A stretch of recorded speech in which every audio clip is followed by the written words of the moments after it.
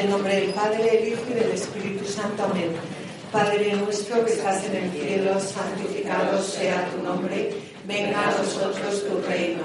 Hágase tu voluntad en la tierra como en el cielo. Danos hoy nuestro pan de cada día. Perdona nuestras ofensas, como también nosotros perdonamos a los que nos ofenden. No nos dejes caer en la tentación y líbranos del mal. Amén. Dios te salve María, llena eres de gracia, el Señor es contigo. Bendita tú eres entre todas las mujeres y bendito es el fruto de tu vientre Jesús.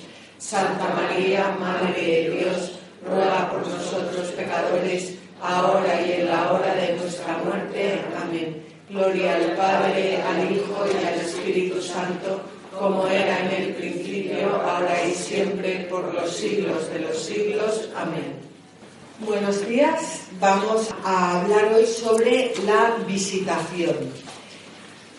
Comenzamos con el anuncio del nacimiento de Juan el Bautista, de San Juan Bautista.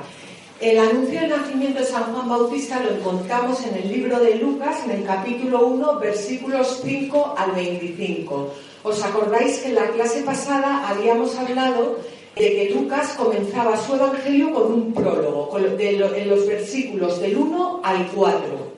Y después del prólogo comienza ya con el anuncio del nacimiento de San Juan Bautista, que el otro día directamente nos lo saltamos para pasar a lo que sigue después, que es el anuncio del nacimiento del Señor, el anuncio del nacimiento de Dios a María. Así que hoy vamos a hablar del anuncio del nacimiento de San Juan Bautista y de ahí pasamos a la visita de Nuestra Señora a su prima Santa Isabel.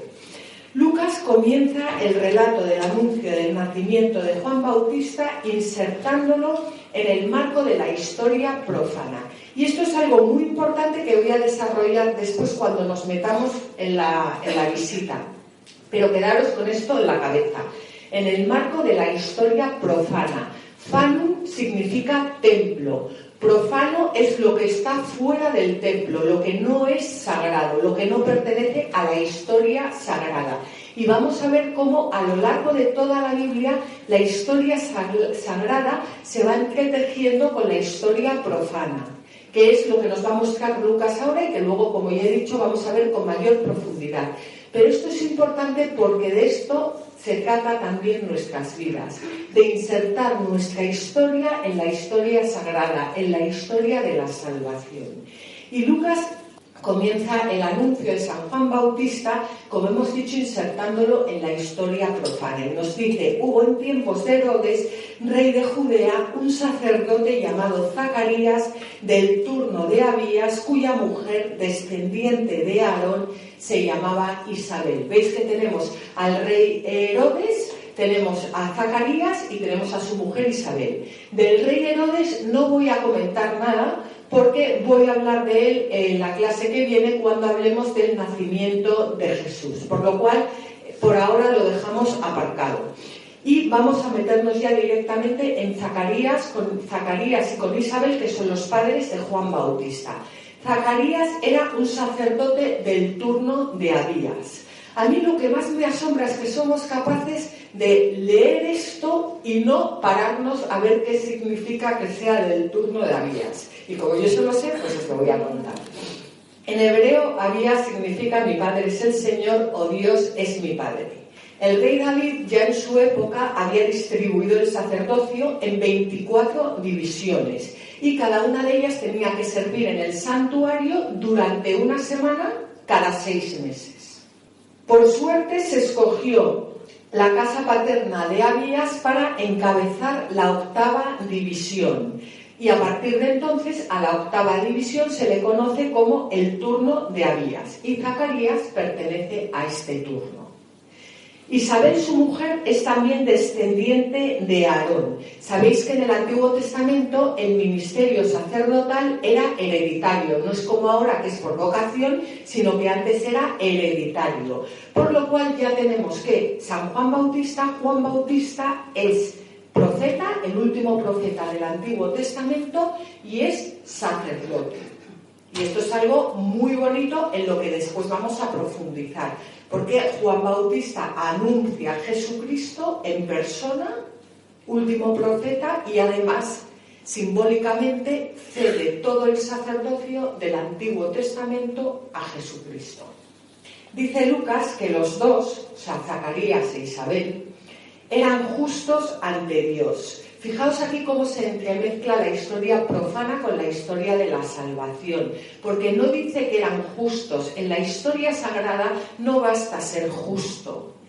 Lo que hay que ser es justo ante Dios. Y también es verdad que cuando eres justo ante Dios, eres justo en todo. Pero veis qué forma tan bonita de leer la Sagrada Escritura y de ir buscando la historia sagrada que subyace en toda esta historia, que a nuestros ojos, si la leemos así tal cual, pues puede parecer que no dice mucho. Los dos eran justos ante Dios y caminaban intachables en todos los mandamientos y preceptos del Señor. No tenían hijos, porque Isabel era estéril y los dos de edad avanzada. Vimos también en la clase pasada que el calificativo justo sintetiza toda la espiritualidad del Antiguo Testamento. ¿Quiénes eran los justos? Recordamos que los justos eran los que cumplen las leyes del Señor con todo el corazón y los que ponen toda su confianza en Él. Por eso una persona que es justa ante Dios es luego justa para las cosas del mundo. En cambio, una persona que es justa, entre comillas, para las cosas del mundo, no tiene necesariamente por qué ser justa ante Dios. Sucedió que al ejercer su ministerio sacerdotal delante de Dios, cuando le tocaba el turno, le cayó en suerte, según la costumbre del sacerdocio, entrar en el templo del Señor para ofrecer el incienso. Y toda la concurrencia del pueblo estaba fuera orando durante el ofrecimiento del incienso. Sabéis que la Biblia está llena de símbolos, por eso dice San Pablo que la letra mata. Una persona que se acerca a la palabra de Dios con la razón o acaba dejando el libro y cogiéndose una novelita rosa o una novelita de batallas o acaba, o sea, es muy difícil entrar a la Biblia solo con la razón. La Biblia está llena de símbolos y a los símbolos se entra con el corazón. La razón y los símbolos están muy reñidos. O sea, una persona que tiene sensibilidad es una persona que tiene más capacidad para entender los símbolos. Cuando habla de incienso en la Biblia, el incienso es el símbolo de la oración y nos lo dice en el Salmo 141 cuando dice: suba mi oración como incienso en tu presencia, el alzar de mis manos como ofrenda de la tarde. Bueno, pues ahora vamos a ver lo que le pasa a Zacarías mientras está en el templo. Se le apareció un ángel del Señor de pie a la derecha del altar del incienso, y Zacarías se inquietó al verlo y le invadió el temor. Pero el ángel le dijo: no temas, Zacarías, porque tu oración ha sido escuchada. Así que tu mujer Isabel te dará a luz un hijo y le pondrás por nombre Juan. Bueno, vamos a hacer aquí un pequeño paréntesis, porque Juan significa Dios es misericordioso. O sea, qué nombre tan bien escogido para abrir las puertas del Nuevo Testamento. Vemos que, vamos a ver, Dios es, y digo esto porque algunas veces hay personas que me han dicho que es que a ellas el Dios del Antiguo Testamento les parece un Dios injusto y un Dios cruel. Y yo me echo las manos a la cabeza, porque el Dios del Antiguo Testamento es el mismo Dios que el del Nuevo Testamento. Es verdad que muchas veces lo que nos ocurre es que no sabemos leer el Antiguo Testamento, pero sí es verdad que el Antiguo Testamento pues trata con más la justicia de Dios, aunque también trata la misericordia, porque Dios no se puede separar todo, ¿no? Pero el Nuevo Testamento abre más las puertas a la misericordia, con la venida de Jesucristo. Qué nombre tan bonito el nombre de Juan. Dios es misericordia para abrir esas puertas del Nuevo Testamento. Será para ti, le dice el ángel a Zacarías, será para ti gozo y alegría, y muchos se alegrarán con su nacimiento, porque será grande ante el Señor. No beberá vino ni licor, estará lleno del Espíritu Santo ya desde el vientre de su madre, y convertirá a muchos de los hijos de Israel al Señor su Dios. E irá delante de él con el espíritu y el poder de Elías, para convertir los corazones de los padres hacia los hijos, y a los desobedientes a la prudencia de los justos, a fin de preparar al Señor un pueblo perfecto. Bueno, vamos a ver quién es Juan. ¿Qué dice el ángel de Juan? Juan es, por una parte, gozo y alegría, porque será grande ante el Señor. Ya vimos en la clase pasada que el Nuevo Testamento es gozo y alegría. Alégrate, María, porque es la buena nueva de que Dios ha venido ya, viene y ha venido a salvarnos. No beberá vino ni licor. Vamos a ver, ¿qué significa esto? A los sacerdotes consagrados a Dios se les aplicaba la norma que el Señor dio a Aarón. Y dice así.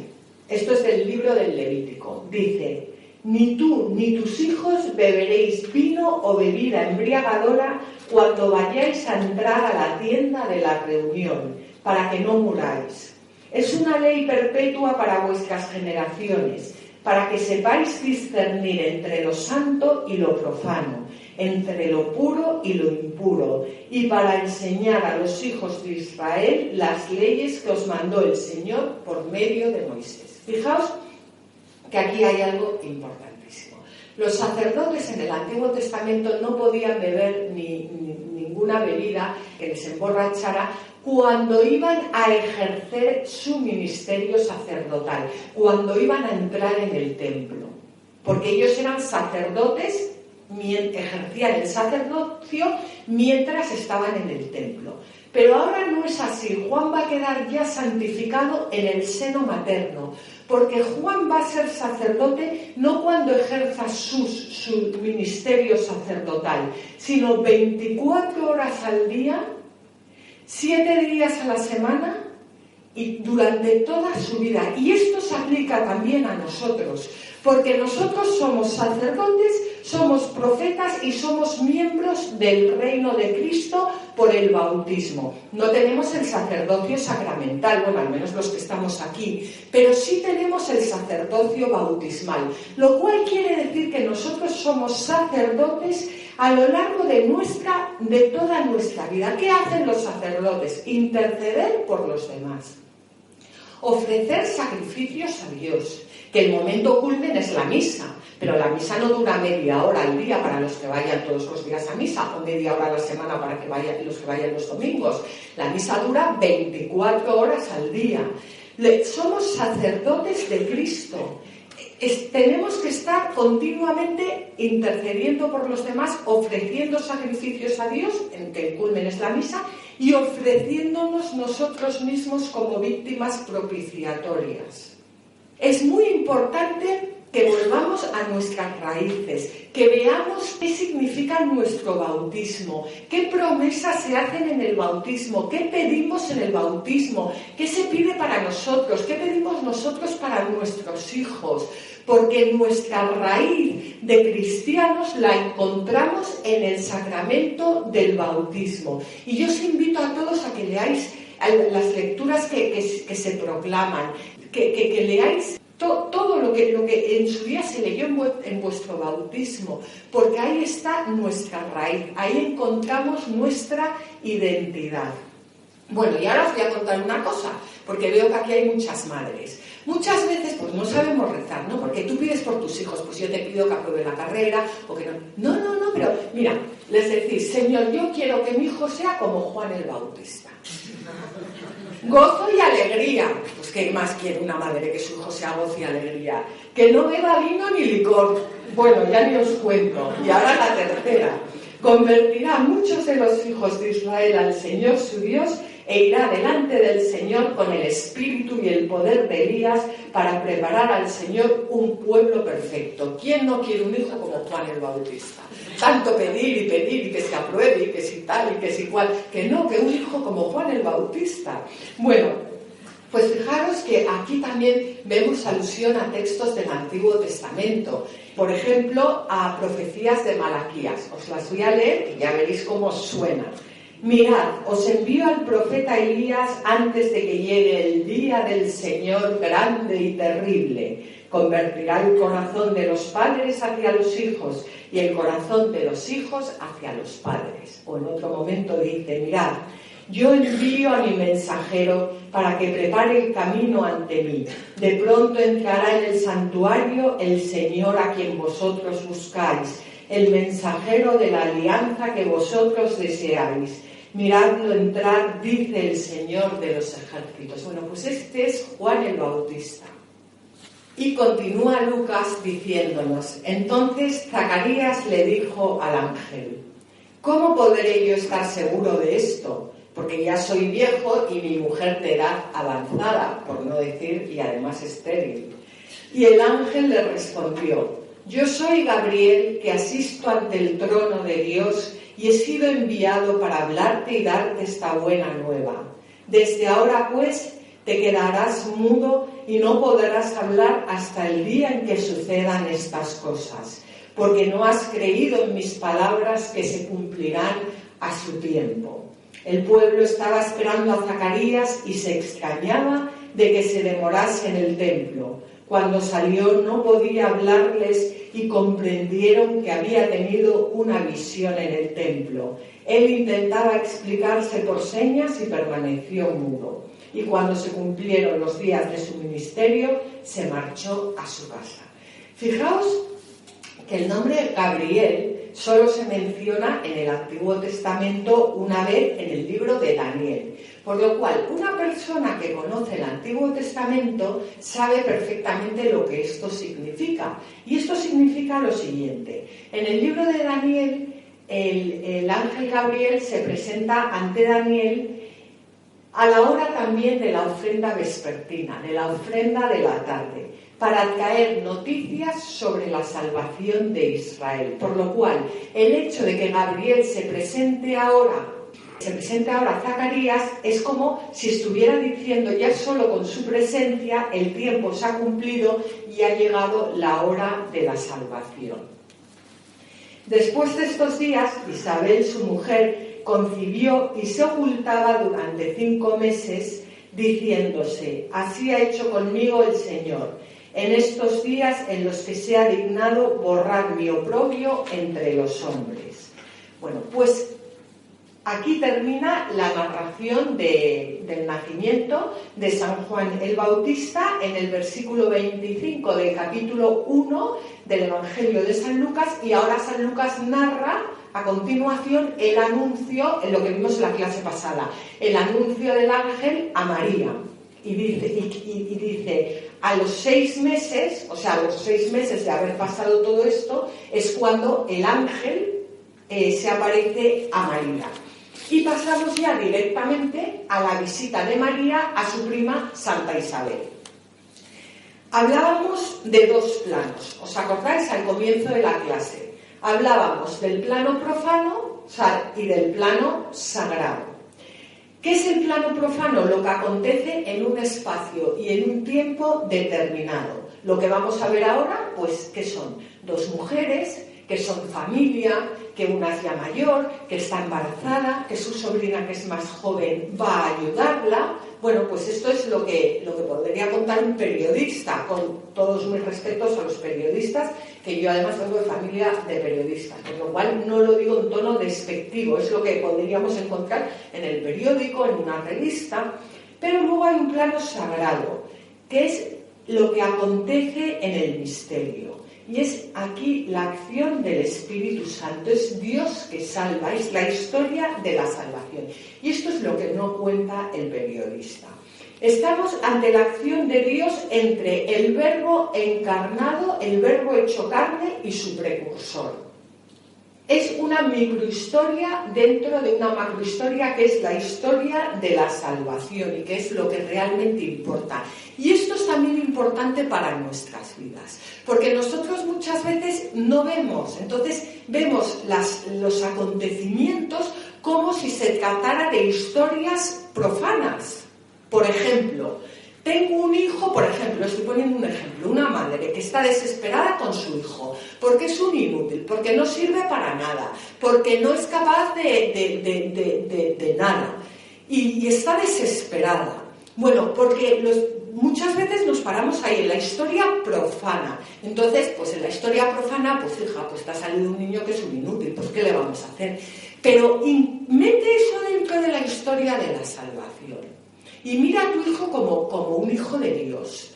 Y mira cómo Dios ha diseñado para él un camino de salvación. Y tú estás metida en ese camino de salvación. Y cómo tu vocación de ser madre es llevar a ese hijo a Dios.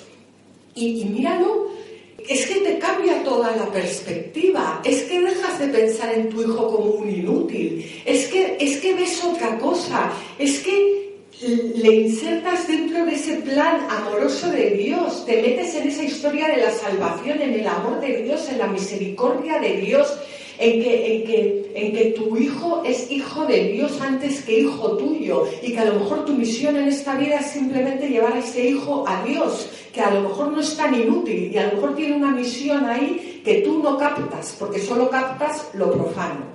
¿Veis qué bonito es cuando incrustamos la historia de nuestras vidas en la historia de la salvación? Y se empieza a entretejer todo. Y cada persona tiene un sentido en nuestras vidas. Y nuestro trabajo tiene un sentido. Y todo tiene un sentido. Bueno, pues vamos a pasar a la visita de Nuestra Señora a su prima Santa Isabel. Y nos dice Lucas que por aquellos días María se levantó y marchó deprisa a la montaña, a una ciudad de Judá. Vamos a ver, volvemos a los símbolos. María se levantó. A ver, ¿qué es esto? Que María estaba sentada y se levantó. Y a mí eso, o sea, con perdón, ¿qué me importa? Pues sí, pues se levantaría. ¿Qué me quiere decir Lucas? Lucas, cuando me dice que María se levantó, me está diciendo que María no solo se levantó con el cuerpo, que se levantó con el alma, que se levantó con su corazón y se fue a la montaña, que simbólicamente es el lugar donde Dios habla con los hombres y donde los hombres hablan con Dios. Que María entra en la trascendencia de lo sagrado, que María medita todas estas cosas en su corazón, que María sabe que la historia sagrada ha entrado en la historia profana y que ella, como cada uno de nosotros que estamos aquí, formamos parte de ello. ¿Veis cómo cambia leer la Sagrada Escritura buscando y saboreando la historia de la salvación detrás de estas líneas? Por aquellos días María se levantó y marchó deprisa a la montaña, a una ciudad de Judá, y entró en casa de Zacarías y saludó a Isabel. Y cuando oyó Isabel el saludo de María, el niño saltó en su seno, e Isabel quedó llena del Espíritu Santo, y exclamando en voz alta dijo: «Bendita tú entre las mujeres, y bendito es el fruto de tu vientre. ¿De dónde a mí tanto bien que venga la madre de mi Señor a visitarme? Pues en cuanto llegó tu saludo a mis oídos, el niño saltó de gozo en mi seno. Y bienaventurada tú que has creído, porque se cumplirán las cosas que se te han dicho de parte del Señor». Aquí un paréntesis también. ¿Veis que el Ave María, o sea, comienza con las palabras del ángel: «Alégrate María, llena eres de gracia, el Señor es contigo». Y continúa con las palabras de Isabel: «Bendita tú eres entre todas las mujeres y bendito es el fruto de tu vientre, Jesús». Esa es la primera parte que necesita toda oración de alabanza, de dar gloria a Dios, de proclamar la grandeza del Señor, y luego tiene una segunda parte de petición. Esto es lo que tiene que tener toda oración, que es: Santa María, Madre de Dios, ruega por nosotros pecadores, ahora, y ya te cuento, en la hora de nuestra muerte. Amén. Cuando nosotros rezamos el rosario, no solo estamos contemplando los misterios de Cristo, que está muy bien, es que estamos repitiendo la Biblia. Y la Biblia tiene su sacramentalidad. La palabra, la sacramentalidad de la palabra no debemos pasarlo por alto. Eso quiere decir, el sacramento es aquello Dios continúa actuando a través de continúa actuando entre nosotros, Jesucristo, a través de los sacramentos. Y hay 7 sacramentos, pero luego hay muchos sacramentales. O sea, no nos podemos cerrar a los 7 sacramentos. Y cada vez que rezamos el Ave María estamos repitiendo las palabras de la Sagrada Escritura. Y lo que estamos haciendo es abrir nuestros corazones y nuestras almas a Dios, a la palabra, para que la palabra se haga carne también en nosotros, mediante la fe. De esto vamos a hablar ahora más adelante. Bueno, María se va a la montaña de Judea, que está a unos 130 kilómetros de Nazaret, y según una tradición que se remonta al siglo IV, la casa de Zacarías estaba en el actual pueblo de Ain Karim, a unos 8 kilómetros al oeste de Jerusalén. Y ahora os voy a contar otra cosa que os va, a los que no lo sepáis, porque igual a los sabéis todos, ¿no? Pero para que veáis qué importante es conocer el Antiguo Testamento. Cuando Lucas narra la visita de María a Isabel, utiliza un lenguaje muy sugerente para resaltar que María es el nuevo arca de la alianza. ¿Y qué hace? Aporta detalles que nos recuerdan a David llevando el arca de la alianza a Jerusalén. Entonces, tengo una tabla, voy a leer primero a David y después a María.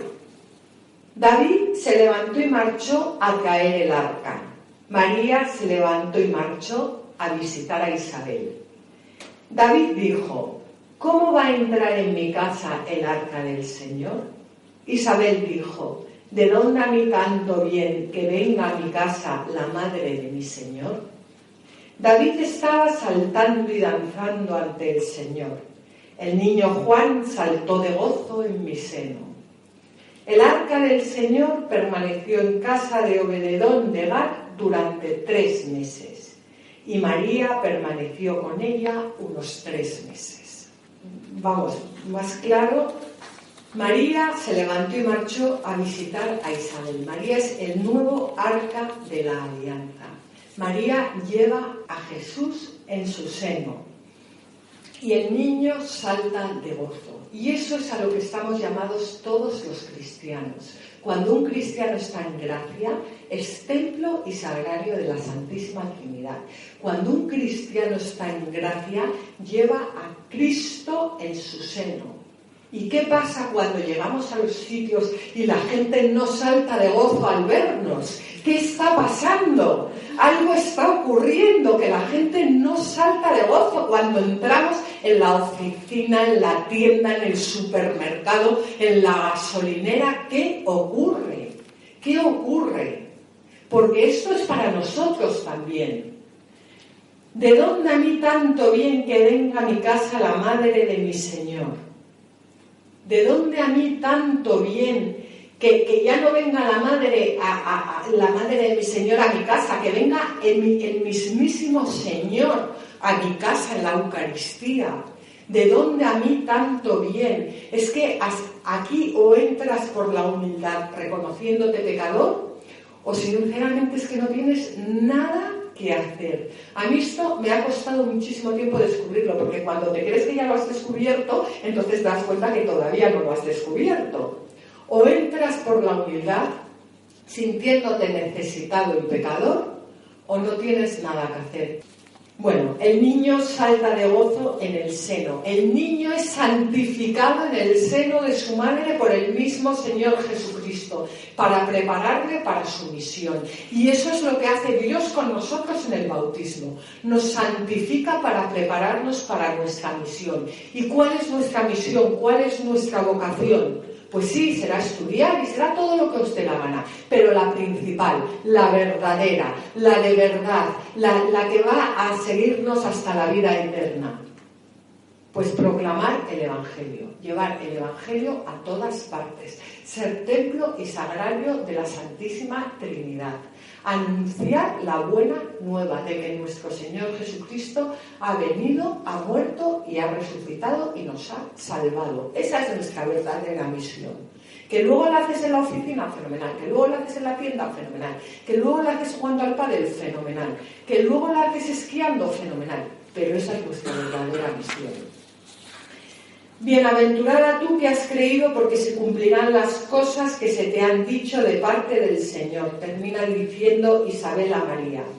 La fe de la Virgen traspasa toda virtud personal y no hace, como ya hemos dicho varias veces aquí, no hace referencia únicamente al acto de creer, de que yo me lo creo. No, si no es eso. Es que no solo que tú te lo crees, sino que tú haces tuya esa palabra, poniendo toda tu vida al servicio de la palabra. Dirá Juan Pablo II, como Abraham, esperando como contra toda esperanza, creyó y fue hecho padre de muchas naciones, así María, en el instante de la anunciación, después de haber manifestado su condición de virgen, creyó que por el poder del Altísimo, por obra del Espíritu Santo, se convertiría en madre del Hijo de Dios, según la revelación del ángel. A estas alturas, María ya está que va a explotar. María tiene 14 años, más o menos.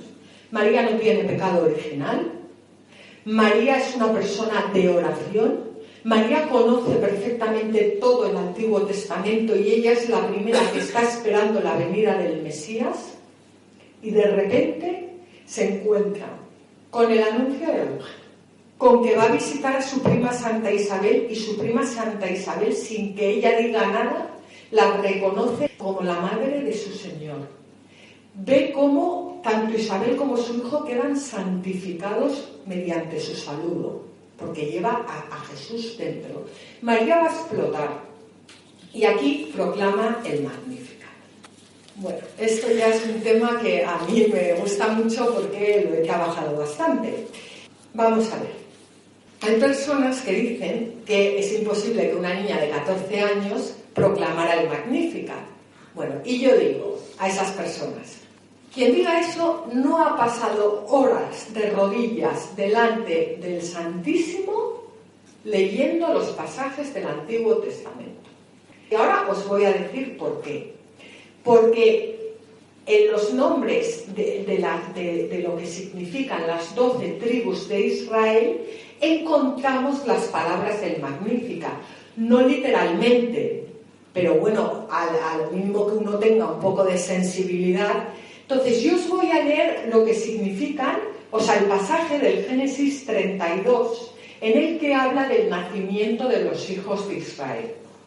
Antes os voy a poner en situación y cuando termine os voy a leer el Magnificat. Y vosotros me vais a decir si tiene que ver o no tiene que ver. Pero esto es importante porque a María lo que le sale en ese momento es eso. El Mesías iba a venir del pueblo de Israel. La Iglesia es la nueva Israel. Los 12 apóstoles se constituyen sobre las 12 tribus de Israel. O sea, a María lo que le sale es esa proclamación de dar gloria a Dios porque ve cómo las 12 tribus de Israel se hacen carne en su seno, cómo llevan a plenitud todo lo que ellas anunciaban. Vamos a hacer un pequeño recordatorio para leeros esto. Vamos a ver, ¿os acordáis de Abraham, a quien Dios promete y cree contra toda esperanza? Abraham tiene un hijo que se llama Isaac, que a su vez tiene un hijo que se llama Jacob. Jacob es Israel, es a quien Dios va a cambiar el nombre. Israel.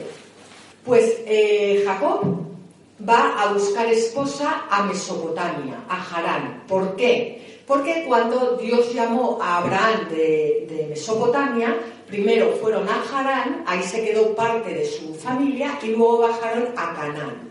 En Canaán son idólatras, por lo cual estos que son portadores de la promesa no pueden casarse con mujeres idólatras porque se perdería la promesa. Y se van a buscar a sus familiares que adoran al único Dios verdadero para encontrar mujeres de oración, para encontrar mujeres, como diríamos hoy en día, como Dios manda. Yo me imagino que los hombres que estáis aquí, pues cuando conocisteis a vuestras mujeres, pues es exactamente lo que estabais buscando. Mujeres de oración, ¿no? Eso.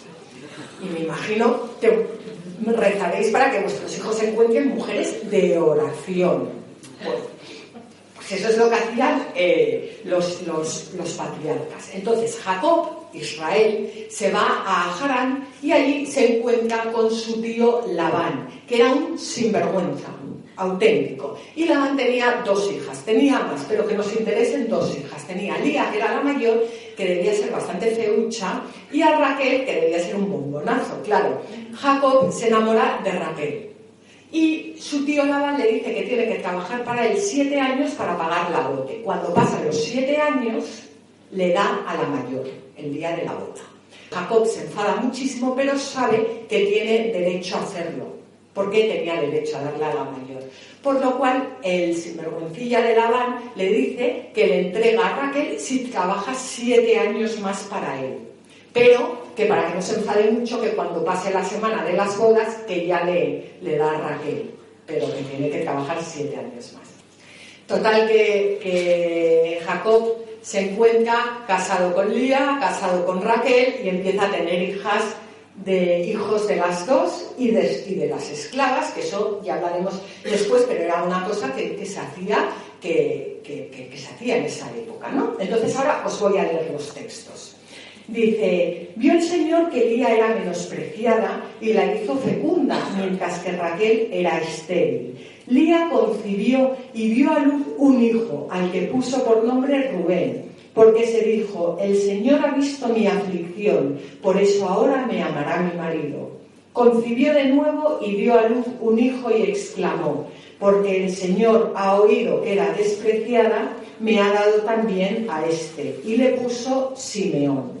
Volvió a concebir y a dar a luz un hijo, y dijo: ahora, esta vez, mi marido vendrá a unirse a mí, porque le he dado 3 hijos, y por eso le puso por nombre Leví. Concibió otra vez y dio a luz un hijo y exclamó: esta vez doy gracias al Señor.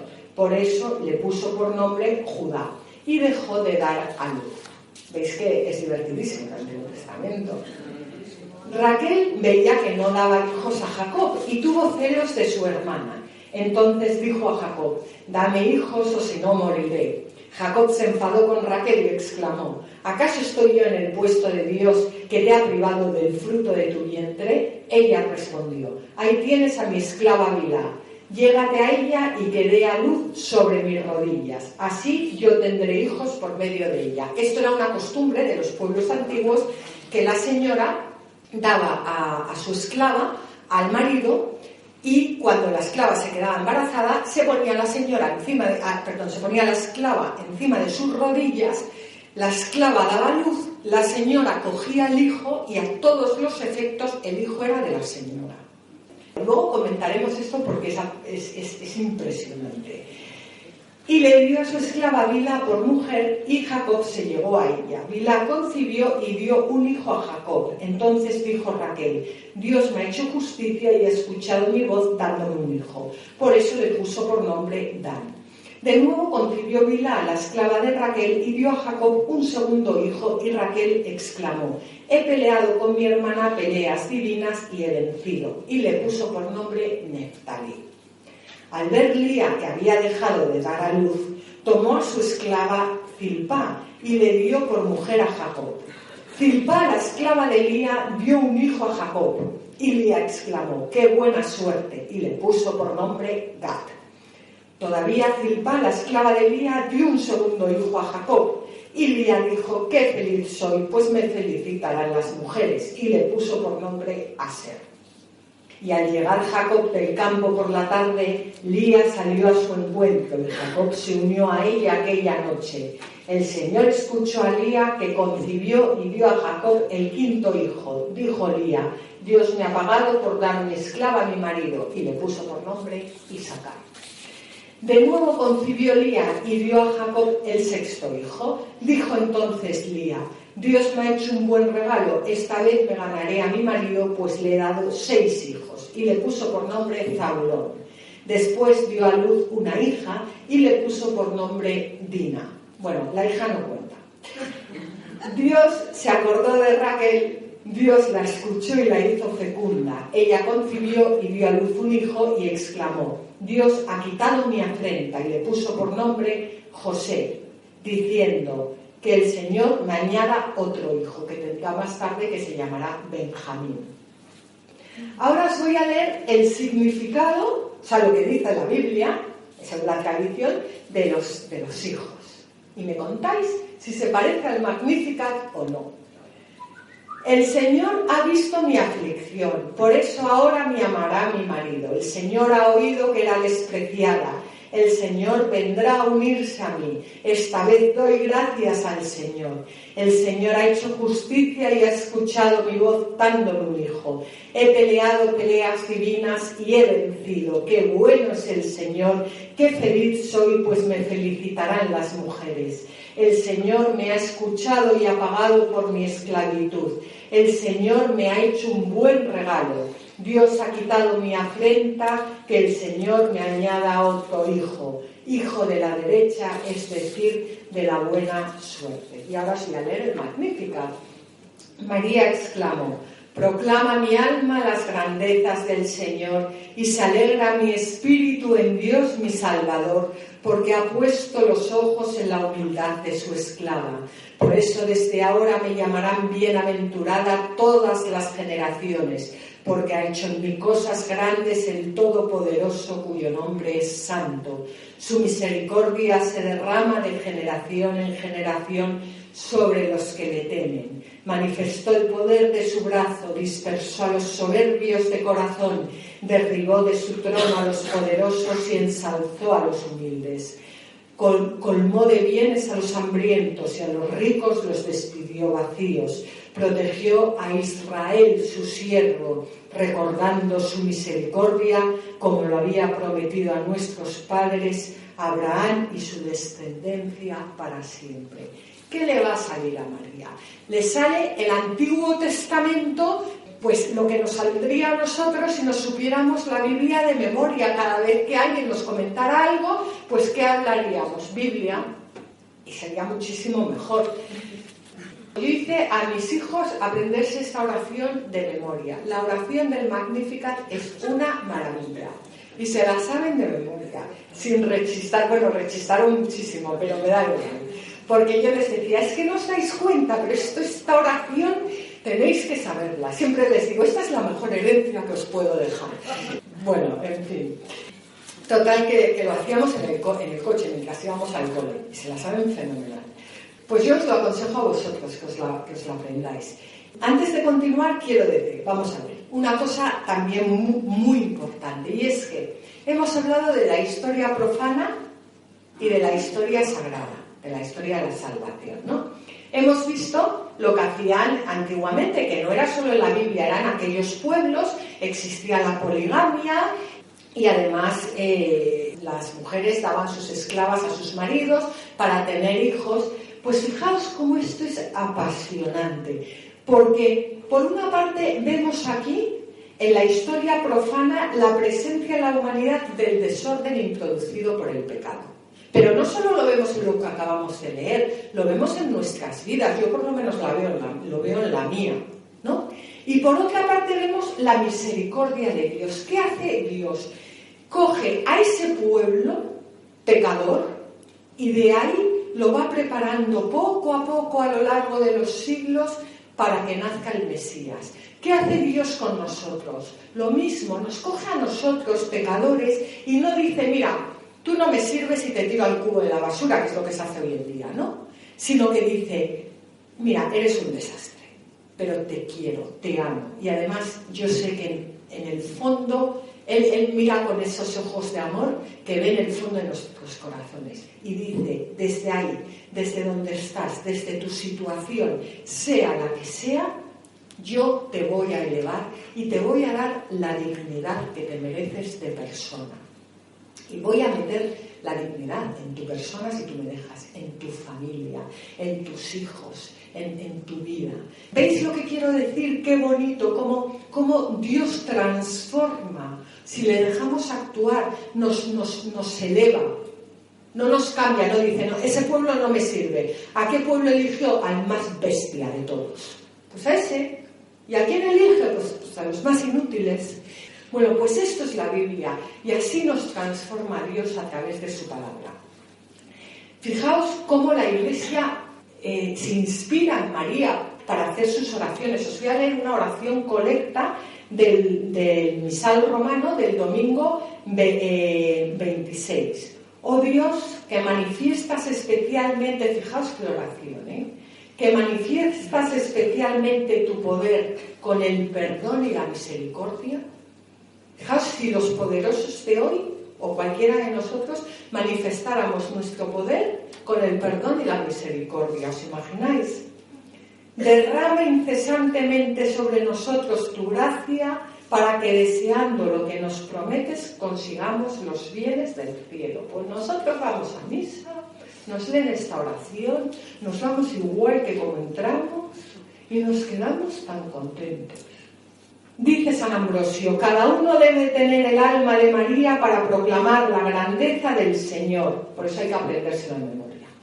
Cada uno debe tener el espíritu de María para alegrarse en Dios. Aunque según la carne solo hay una madre de Cristo, según la fe todas las almas engendran a Cristo, pues cada una acoge en sí al Verbo de Dios. Y dice Juan Pablo II en una audiencia general. San Ambrosio, o sea, lo que acabamos de leer, interpretando las palabras de la Virgen misma, nos invita a hacer que el Señor encuentre una morada en nuestra alma y en nuestra vida. No solo debemos llevarlo en nuestro corazón, también debemos llevarlo al mundo, de forma que también nosotros podamos engendrar a Cristo para nuestros tiempos. Es necesario que pidamos al Señor que nos ayude a alabarlo con el espíritu y el alma de María y a llevar de nuevo a Cristo a nuestro mundo. Y os voy a leer, porque no puedo dejar de leer esto, la exhortación apostólica Verbum Domini, que salió en el año 2010, es de Benedicto XVI, y os voy a leer el punto 28. Fijaos que esta exhortación apostólica está escrita por Benedicto XVI y dirigida al episcopado, al clero, a las personas consagradas y a los fieles laicos, o sea, a nosotros. Tantas veces gastamos tanto tiempo en, en leer tantas cosas tan inútiles, y esto que ha escrito Benedicto XVI a cada uno de nosotros no somos capaces ni de echarles un vistazo. Bueno, pues yo os voy a leer el capítulo, el punto 28. No todo, he cortado algunas cosas, pero escuchad atentamente. Deseo llamar la atención sobre la familiaridad de María con la palabra de Dios. Esto resplandece con particular brillo en el Magnificat. En cierto sentido, aquí se ve cómo ella se identifica con la palabra, entra en ella. En este maravilloso cántico de fe, la Virgen alaba al Señor con su misma palabra, el Magnificat, y dice, hace un paréntesis y dice, un retrato de su alma, por decirlo así. Benedicto XVI define el Magnificat como un retrato del alma de María. O sea, que estáis conmigo en que hay que aprenderse el Magnificat de memoria, ¿a que sí? Eso es porque nunca lo habéis pensado, pero ahora que lo habéis pensado, me imagino que estaréis todos de acuerdo, ¿no? Bueno, el Magnificat está completamente tejido por los hilos tomados de la Sagrada Escritura, de la palabra de Dios. Así se pone de relieve que la palabra de Dios es verdaderamente su propia casa, de la cual sale y entra con toda naturalidad. Habla y piensa con la palabra de Dios. La palabra de Dios se convierte en palabra suya y su palabra nace de la palabra de Dios. Así se pone de manifiesto, además, que sus pensamientos están en sintonía con el pensamiento de Dios, que su querer es un querer con Dios. Al estar íntimamente penetrada por la palabra de Dios, puede convertirse en madre de la palabra encarnada. Además, la referencia a la Madre de Dios nos muestra que el obrar de Dios en el mundo implica siempre nuestra libertad, porque en la fe la palabra divina nos transforma. Contemplando en la Madre de Dios una existencia totalmente modelada por la palabra, también nosotros nos sentimos llamados a entrar en el misterio de la fe, con la que Cristo viene a habitar en nuestra vida. San Ambrosio nos recuerda que todo cristiano que cree concibe en cierto sentido y engendra al Verbo de Dios en sí mismo. Si en cuanto a la carne solo existe una madre de Cristo, en cuanto a la fe, en cambio, Cristo es el fruto de todos. Así pues, todo lo que sucedió a María puede sucedernos ahora a cualquiera de nosotros en la escucha de la palabra y en la celebración de los sacramentos. Y termino con la liturgia de la visitación de la Virgen María, que se celebra el 31 de mayo. Primera lectura. La lectura del profeta Sofonías. El profeta Sofonías, os lo cuento rápido para que os pongáis en situación. Tiene su ministerio en los primeros años del reinado de Josías. Josías es un rey de Judá que empieza a reinar cuando tiene 8 años, en el siglo VII a.C., y que es un rey piadoso, de los pocos reyes piadosos de Judá, y que impulsó una reforma, conocida como la reforma deuteronomista. Bueno, pues, ¿qué ocurre en este momento? Ocurre que Asiria, esa gran potencia, entra en decadencia, pero todavía perdura la influencia de los reinados anteriores a Josías, en los que se habían introducido religiones extranjeras, por lo cual había muchísimo sincretismo religioso, como hay ahora exactamente, ¿no? Entonces, ¿qué hace Sofonías? El mensaje profético de Sofonías tiene como núcleo el día del Señor, que es el día del juicio, tanto a Judá y Jerusalén como a las naciones. ¿Y qué dice? Que el día del juicio, el Señor a Judá y Jerusalén, que seríamos nosotros, por ejemplo, a la Iglesia, les va a juzgar según el pecado. El pecado que se manifiesta en idolatría, en violencia, en fraude, en indiferencia religiosa, o sea, lo mismo que ahora. Y que a las naciones paganas las va a juzgar por haber oprimido a Judá. Pues aquí está Sofonías. Pero después de todo esto, Sofonías tiene unos oráculos de salvación, que es lo que vamos a leer ahora, en los que anuncia que el Señor va a venir a salvar a su pueblo. Y fijaos qué bonito cómo la Iglesia coge esos oráculos de Sofonías del siglo VII a.C. y los enlaza con la visita de Nuestra Señora, su prima Santa Isabel, para decirnos que ahí se cumplen las profecías de Sofonías. Y dice así la primera lectura. Bueno, el título es El Señor será el Rey de Israel en medio de ti. Regocíjate, hija de Sión, grita con júbilo Israel, alégrate y gózate de todo corazón Jerusalén. El Señor ha cancelado tu condena, ha expulsado a tus enemigos. El Señor será el Rey de Israel en medio de ti y ya no temerás. Aquel día dirán a Jerusalén: no temas, Sión, no desfallezcan tus manos, que Jerusalén somos cada uno de nosotros, ¿eh? El Señor tu Dios en medio de ti es un guerrero que salva. Él se goza y se complace en ti. Mirad qué bonito, ¿eh? Porque ahora vamos a leer el Magnificat. Se proclama el Magnificat en el Evangelio. El Señor se goza y se complace en ti. Te ama y se alegra con júbilo como el día de fiesta. Apartaré de ti la amenaza, el oprobio que pesa sobre ti. Y el salmo responsorial tiene como estribillo: qué grande es en medio de ti el Santo de Israel. La aclamación al Evangelio dice: dichosa tú, Virgen María, que has creído, porque lo que te ha dicho el Señor se cumplirá. Y el Evangelio, que lleva por título ¿quién soy yo para que me visite la madre de mi Señor?, dice: En aquellos días María se puso en camino y fue aprisa a la montaña, a un pueblo de Judá. Entró en casa de Zacarías y saludó a Isabel.